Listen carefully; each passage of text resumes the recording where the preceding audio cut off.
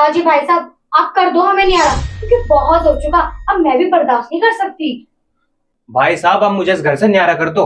मैं एक भी मिनट और एक भी दिन इस घर में रह नहीं सकता। मैं राहुल की सास हूँ। मुझे घर में तुम्हारे बोलते तो अच्छा लग नहीं रहा। न्यारे तो दुनिया उठती आई, इन्हें न्यारा का तो घर पर जोर पड़ रहा। और अब तो वैसे भी मेरी माँ भी आ गई है। अब इस काम को ना तुम अभी निपटा दो। रिमशा, तू कैसी बात कर रही है?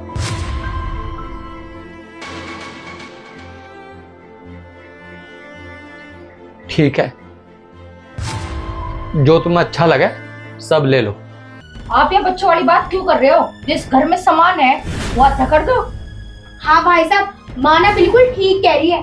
हम न्यारे तो हो रहे हैं ना, तो जो भी सामान है वो सब आधा कर दो। और हम तुम्हारा थोड़ी ना मांग रहे हैं, जो हम दोनों का हक का है ना वो मांग रहे हैं। हाँ भैया, हिमसा सही कह रही है, कर तो सब आधा। अच्छा, तो तुझे भी न्यारा होना ना? चलो ठीक है। मैं तो ये सोच रहा था कि घर की बात किसी को पता ना चले, लेकिन तुमने आज मुझे इस हालात पे खड़ा कर दिया।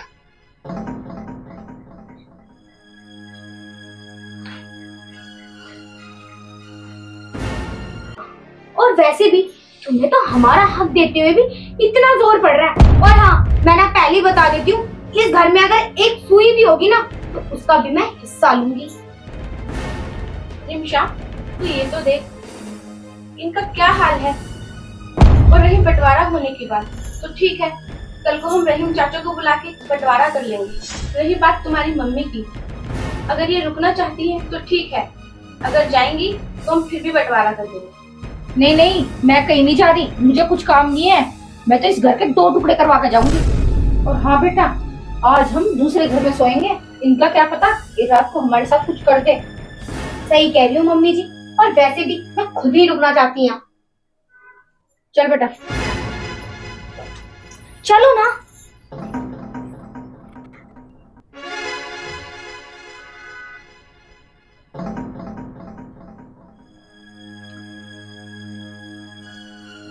भाई साहब, अब मुझे इस घर से न्यारा कर दो।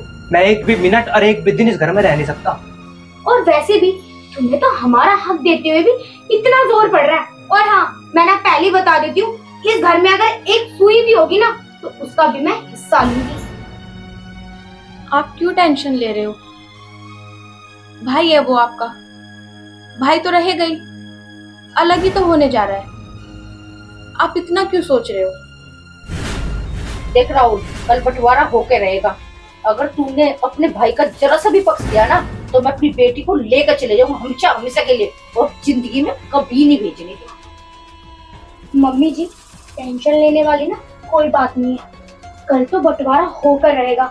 और अगर इन्होंने थोड़ी सी भी आनाकानी की ना तो मैं खुद ही नहीं रहूंगी इनके साथ। हिमसा, ऐसा मत करो। ओह, मेरी बेटी से बात करने की जरूरत नहीं है। इतने इस घर के 2 टुकड़े ना हो जाना, मेरी बेटी का नाम भी ना ले दिए। और हाँ, तुम्हारे बड़े भाई के तो कोई औलाद है नहीं। मेरी बेटी पहली बार माँ बनने वाली है।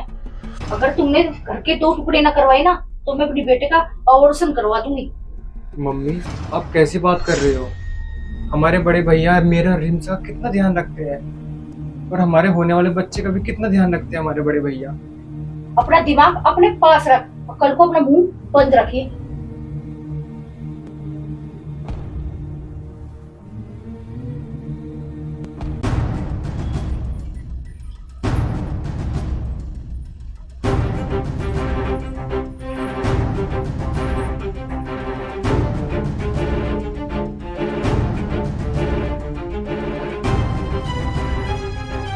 चिराग, घर का बंटवारा होगा ये तो मैं देख रहा हूं, लेकिन हाँ, एक बात भी देख रहा हूं।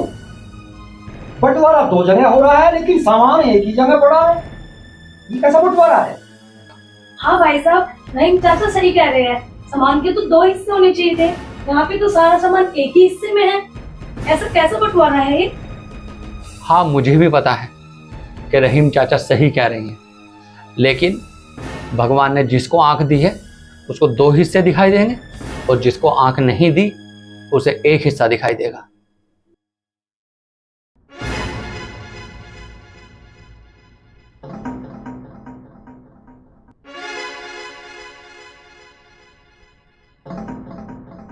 हाँ चिराग भाई साहब, ये तो सही कहते हो। जिसको आंखें दी हैं उसे तो दो हिस्से चमकेंगे, और जिसके आंखें नहीं है उसे एक ही हिस्सा चमकेगा। अरे ओ मूर्ख, दिमाग से सोच, आंखों से देख, ये एक हिस्सा है या दो हिस्से हैं? ऐसे भाई किसी को नहीं मिलते। और हाँ, 100 बार भी तूने अगर जन्म लिया, ऐसा भाई नहीं मिलेगा। भाई साहब बहुत अच्छा बंटवारा किया है आपने। जो आंखों का अंधा है उसे एक ही हिस्सा दिखेगा, और जिसके आंख है ना उसे दो हिस्से दिखाई देंगे। क्या पहली बुझा रहे तुम? घर का बंटवारा हो ना, बंटवारा करके छुट्टी करो। अब भी समझ जा छोटे नवाब, जिंदगी में घड़ी दोबारा नहीं आएगी, समझ जा। हमें तो ये भी नहीं मालूम तुम घर का बंटवारा कर रहे हो या किलों का बंटवारा या माल का बंटवारा या घर का बंटवारा, समझ जाओ। भैया भैया मुझे माफ कर दो भैया। भैया मुझे कुछ नहीं चाहिए, मुझे बंटवारे भी नहीं करवाना भैया। भैया मुझे सिर्फ आप चाहिए भैया, मैं आपके बिना रह नहीं सकता भैया। भैया मुझे इस दुनिया में कुछ नहीं चाहिए आपके अलावा भैया। भैया मुझे नहीं करवाना बंटवारा, मैं तो तुम्हारे साथ ही रहूंगा भैया। मुझे अपने से दूर मत करो भैया। भैया मुझे माफ करो भैया। भैया मुझे माफ कर दो, मुझे नहीं करवाना बंटवारा, मुझे तो सिर्फ आप चाहिए भैया। भाई साहब मुझे भी माफ कर दो। मैं भी अपनी माँ की वजह से ना अंधी हो गई थी। मैंने न जाने न दादी में आपको क्या क्या बोल दिया, क्या क्या बुरा भला बोल दिया। लेकिन मैं ना अपनी माँ की वजह से ना अंधी हो गई थी भाई साहब। लेकिन मुझे अपनी गलती का एहसास हो गया भाई साहब।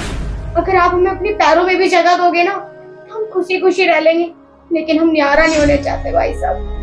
प्लीज हमें माफ कर दो।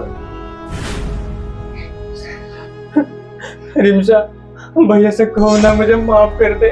भाई साहब कर दो ना हमें माफ। हमसे पहली गलती हुई है, वो पहली गलती तो भगवान भी माफ कर देते भाई साहब। हम आपके आगे हाथ जोड़ते भाई साहब।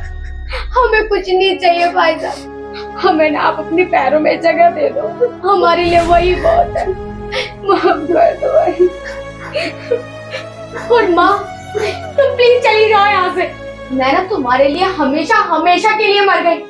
अरे जो माँ अपनी बेटी को इतनी नीच शिक्षा दे वो माँ नहीं होती। आप तो हमारा घर बर्बाद करने चली थी। अरे अरे इनके अलावा तो हमारे पास कोई भी नहीं है। आप क्या कर लेती हमारा? हमें अगर हिस्सा भी मिल जाता तो वो कितने दिन चलता। और अगर आप जैसे बड़े लोग हमें ऐसी शिक्षा देंगे तो हम कहाँ जाएंगे? प्लीज माँ, मैं आपके आगे हाथ जोड़ती हूँ, चली जाओ यहाँ से। थोड़ी बहुत लिहाज है या शर्मोया है तो यहाँ से निकल जाओ, चली जाओ। सुनो बरखुरदार, सबसे बड़ी दौलत माँ बाप बड़े भाई होते हैं। माँ बाप तो है नहीं, ये तो मुर्गियां दम जाती हैं। बड़े भाई हैं, बड़े बड़े दीन वालों को ऐसे भाई नहीं मिलते। ठीक है, सुबह का भटका बाद शाम को घर आ गए। चिराग भाई, इसकी बातों को नजरअंदाज कर दो।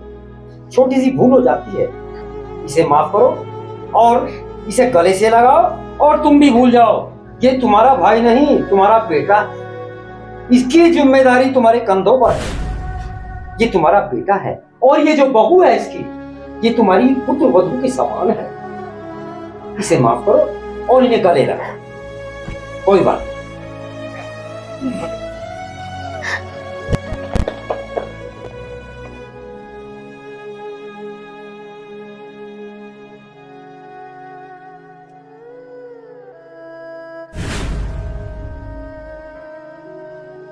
दीदी आप भी मुझे माफ कर दो।